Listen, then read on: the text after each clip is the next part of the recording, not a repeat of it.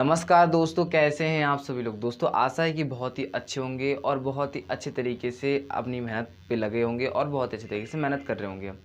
दोस्तों आज की इस वीडियो में हम बात करने वाले हैं टेंसेस के बारे में। दोस्तों इससे पहले मैंने आपके लिए 2 वीडियोस पहले से अपलोड करके रखे हैं, जिसमें मैंने पहले वीडियो में बताया कि टेंसेस होते क्या हैं, उसके बहुत ही अलग अलग और बहुत ही इंपॉर्टेंट कॉन्सेप्ट्स को समझाया।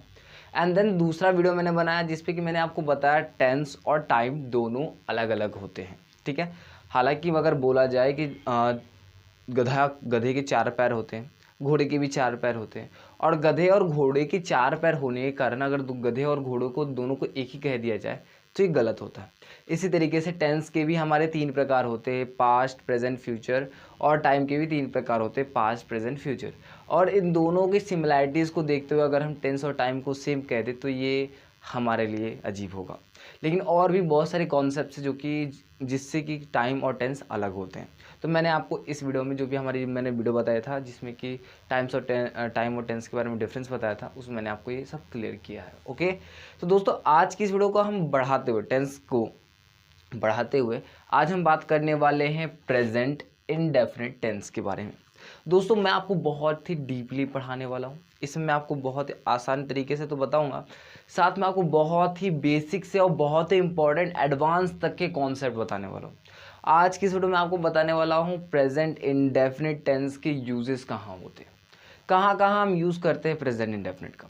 आप हमेशा से रटते आए होंगे कि वाक्य के अंत में ता है, ती है, ते है रहता है, तो ये प्रेजेंट इंडेफिनिट टेंस में होता है। ये बात की है, ठीक है, ये जो बात है ये बात की है। लेकिन इससे पहले आपकी कहाँ कहाँ इसके यूज़ कर सकते हैं आप, ये भी बहुत इंपॉर्टेंट है। तो मैं आपको ये भी आज के वीडियो में क्लियर करने वाला हूँ। साथ में बहुत सारे प्रैक्टिस तो बहुत सारे नहीं कराऊंगा, लेकिन इंपॉर्टेंट प्रैक्टिस ज़रूर कराने वाला हूँ। तो साथ में स्ट्रक्चर्स के बारे में भी जानेंगे हम। प्रेजेंट इंडेफिनिट टेंस के स्ट्रक्चर कौन कौन से, affirmative, negative, interrogative, double interrogative के बारे में। इससे पहले अगर आप डबल इंट्रोगेटिव के बारे में नहीं जानते थे तो मैं आपको बता दूं कि जिसका आंसर हम लोग एक सेंटेंस में करके देते हैं उसको हम बोलते हैं डबल इंट्रोगेटिव, जबकि इंट्रोगेटिव होता है जिसका आंसर हाँ या ना में आता है। ओके, तो दोस्तों बिना टाइम वेस्ट करते हुए चलिए वीडियो को स्टार्ट करते हैं और जानते हैं प्रेजेंट इंडेफिनिट टेंस को बहुत ही अच्छे तरीके से, बेसिक से।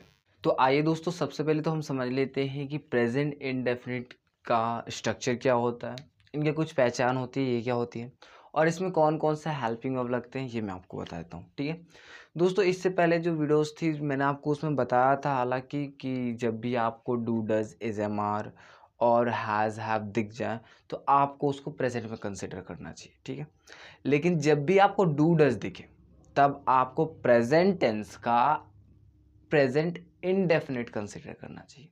क्यों बोल रहा हूँ ऐसा, क्योंकि यहाँ जो प्रेजेंट इनडेफिनिट होता है उसमें जो आपके हेल्पिंग वर्ब लगती है ना, वो आपको डू और डज ही लगता है।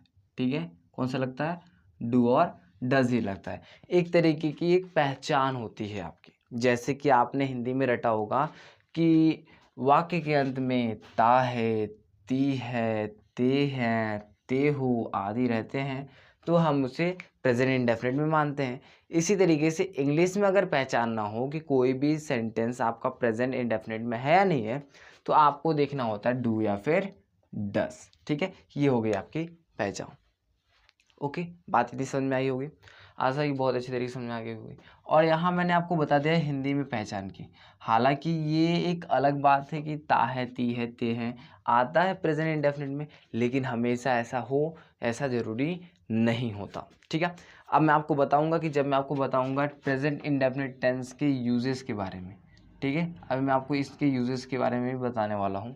ठीक है, लेकिन इससे पहले मैं आपको स्ट्रक्चर इसलिए बताना चाहता हूँ ताकि आपको समझ में आए। ओके, कि एग्जाम्पल जब मैं आपको दो तो ओके, तो यहाँ देखिए मैंने आपको यहाँ 3 टाइप के सेंटेंसेस, 4 टाइप के जो सेंटेंसेस होते हैं यहाँ मैंने लिख दिए हैं।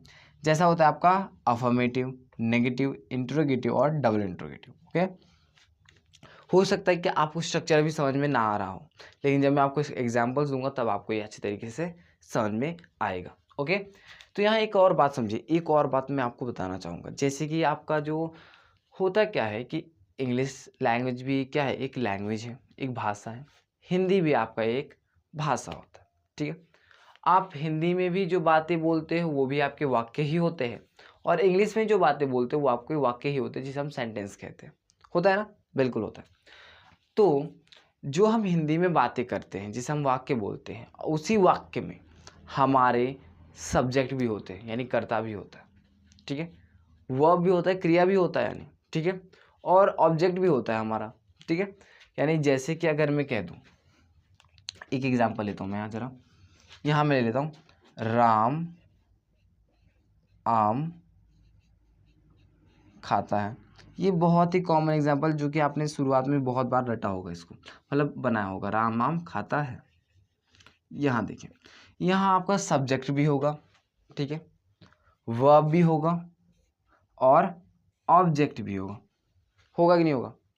अब इसमें हुआ ये है कि हमने क्या किया, हिंदी में हमने कुछ नहीं किया, बस ऐसा ही किया ये कि जो सब्जेक्ट वर्ब और ऑब्जेक्ट है इसको अच्छे तरीके से क्या किया, ऑर्गेनाइज कर दिया, अच्छे तरीके से सजा दिया, ताकि हमें क्या पता चल सके, हमें मतलब निकल सके, मतलब पता चल सके कि क्या मतलब हुआ इस बात का।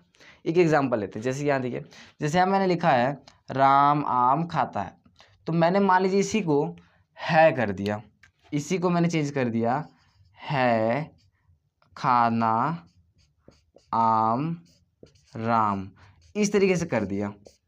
तो क्या आपको समझ में आ रहा है, क्या आपको क्या ये समझ में आ रहा है, कहना क्या चाहता हूँ मैं, समझ में आ रहा है क्या, नहीं आ रहा, ठीक है। तो हमने किया यही, बस इतना ही किया है कि हमने इस सेंटेंस में भी आपका सब्जेक्ट ऑब्जेक्ट है, लेकिन किया क्या हमने कि सब्जेक्ट ऑब्जेक्ट की जो पोजीशन है, जो व्यवस्था है, उसको हमने क्या किया, बहुत ही अच्छे तरीके से तोड़ मरोड़ दिया, यानी इधर से उधर कर दिया, जिससे हमारा सेंस ही खराब हो गया, जिससे ये आपका क्या हो गया, सेंटेंस टाइप में नहीं बन पाया, ओके।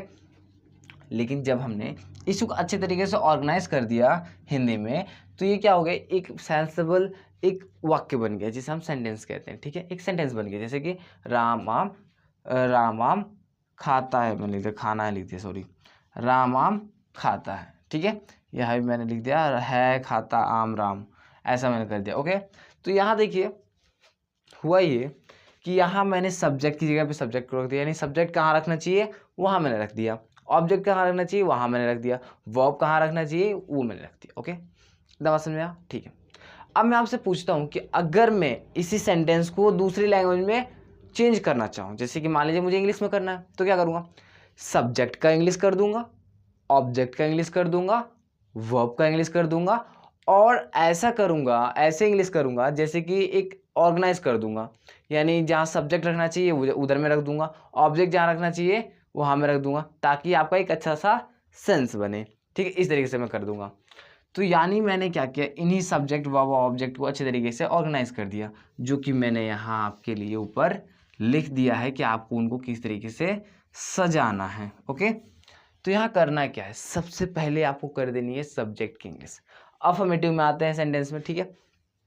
अफर्मेटिव सेंटेंस को हम लोग पॉजिटिव सेंटेंस भी कहते हैं, जिसमें कि आपकी बातें हाँ में हो रही होती है, ठीक है, मैंने आपको इतना बता दिया, ओके। तो यहाँ देखिए ज़रा, यहाँ सबसे पहले हम कर देंगे सब्जेक्ट की इंग्लिश, उसके बाद क्या होगा, हमारे जो काम हो रहा होगा, जो हमारा काम हो रहा होगा उसको हम लोग कर देंगे, उसको हम बोलते हैं मेन वर्ब, और उसी का जो फर्स्ट फॉर्म होता है वो हम यहाँ लिख देंगे, कोई डाउट नहीं होगा, ओके।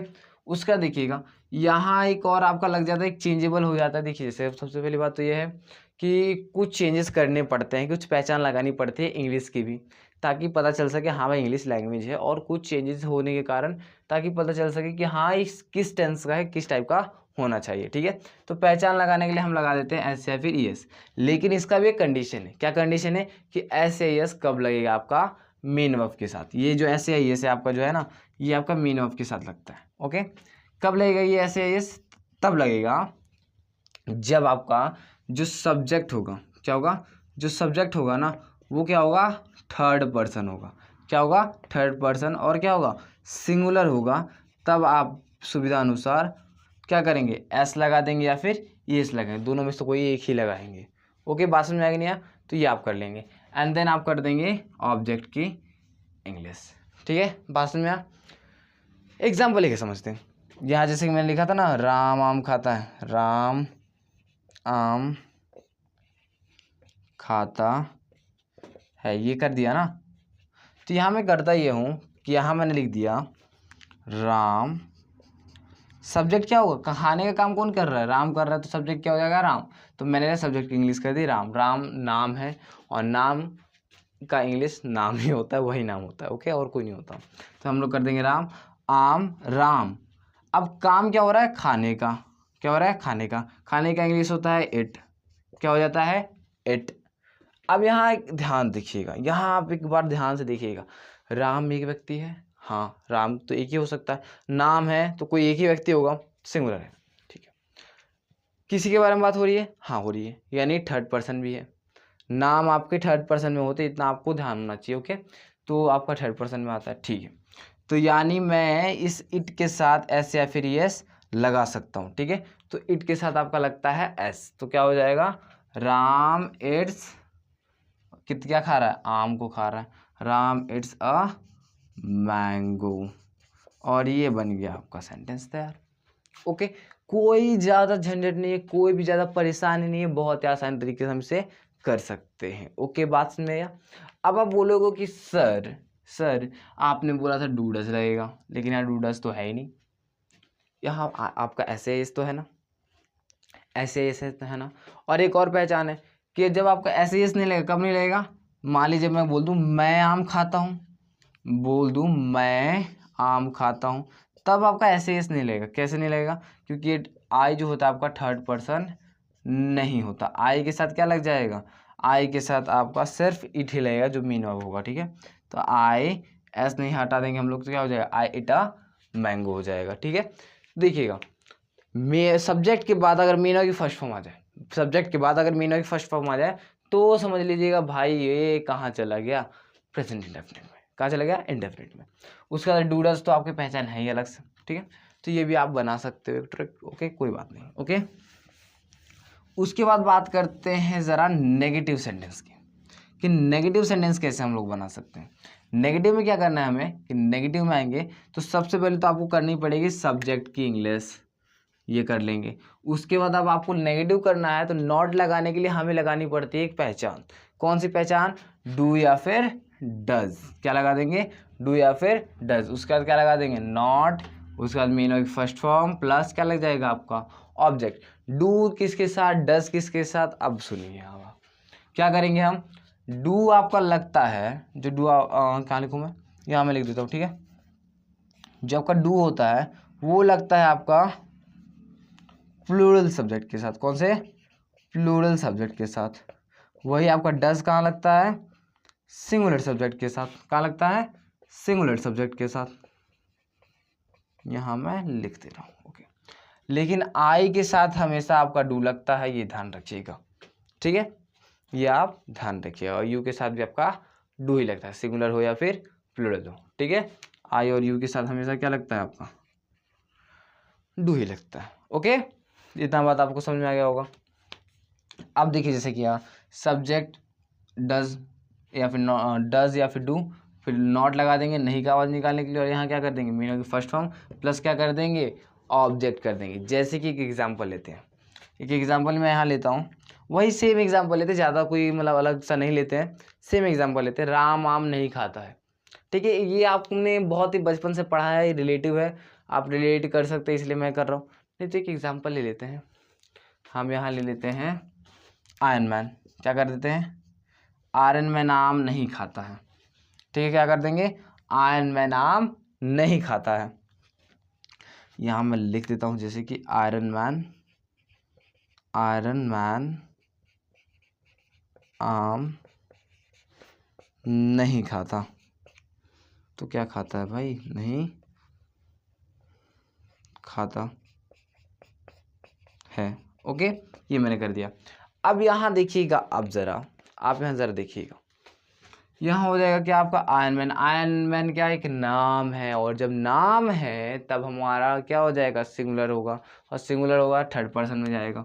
तो क्या हो जाएगा, आयरन मैन, सेम यही मैं लिख देता हूँ, आयरन मैन, इसके साथ क्या लगेगा, सिंगुलर है तो क्या लग जाएगा, डज नॉट, क्या हो जाएगा, और उसके बाद क्या कर देंगे, खाने का क्या होता है, इट होता है, अभी मैंने बताया था आपको, इट। और उसके बाद क्या हो जाएगा आपका ऑब्जेक्ट, इट अ मैंगो। और ये बन गया आपका सेंटेंस, ओके।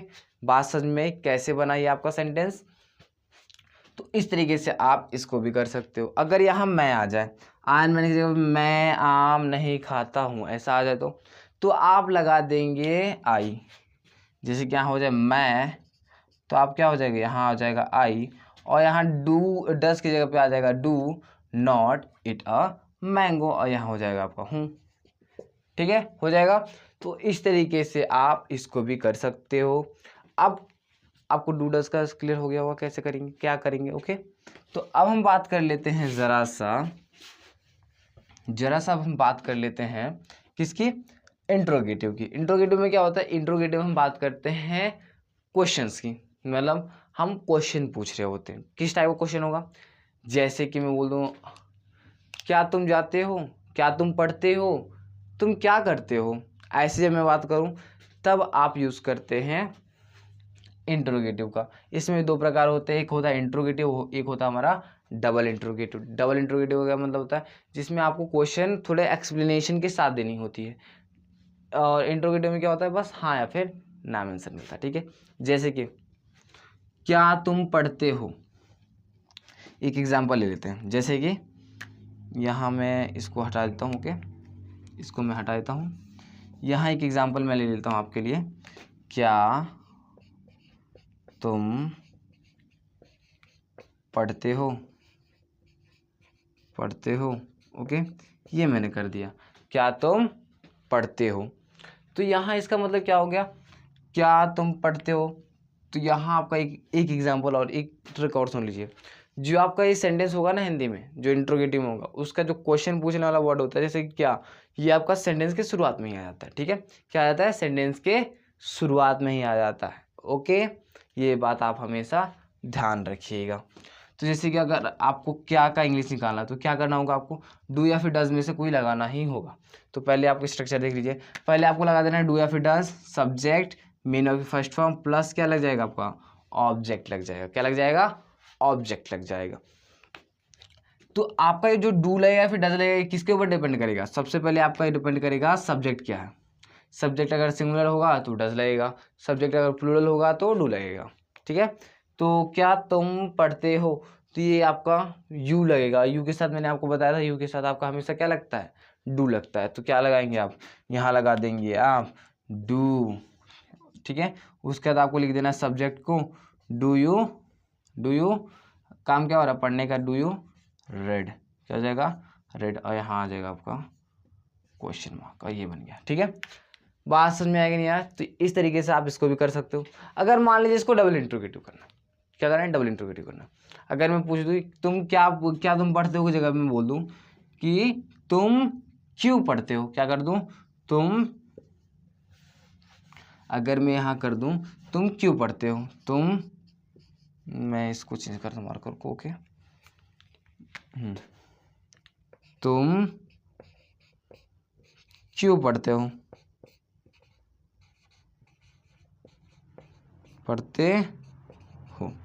तो यहाँ क्या हो जाएगा आपका, बिल्कुल सेम ही रहेगा। आपको क्या करना है, अब आपका जो डू डज है ना, डू डज इज हमारी, ये बिल्कुल सेम है। इसके सामने आपको बस लगा देना है डब्ल्यू एच फैमिली। कौन सी डब्ल्यू एच फैमिली, यानी जिससे जो क्वेश्चन पूछ रहा है वर्ड ना, उसकी इंग्लिश आपकी डब्ल्यू एच फैमिली होती है। देखिए जरा ध्यान से जरा देखिए, ऑब्जर्व कीजिए कि जो आपको डू डज दिख रहा है, हाँ दिख रहा है, यहाँ आपको डू डज दिख रहा है, हाँ दिख रहा है, सब्जेक्ट दिख रहा है, हाँ सब्जेक्ट यहाँ भी दिख रहा है। ठीक है, मीना की फर्स्ट फॉर्म दिख रही है, मीना की फर्स्ट फॉर्म यहाँ भी दिख रही है, ऑब्जेक्ट दिख रहा है, ऑब्जेक्ट दिख रहा है, यानी बिल्कुल ये और ये दोनों सेम है। बस चेंज क्या है, इसका आपका चेंज है। ओके, और कोई चेंज नहीं है। तो सिर्फ आपको क्या करना है, डब्ल्यू एच फैमिली ऐड कर देना। ओके, क्या करेंगे, तो जो डब्ल्यू एच फैमिली कौन सा होगा, जो वर्ड क्वेश्चन पूछ रहा होगा उसका इंग्लिश आपको क्या होगा, डब्ल्यू एच फैमिली होगा।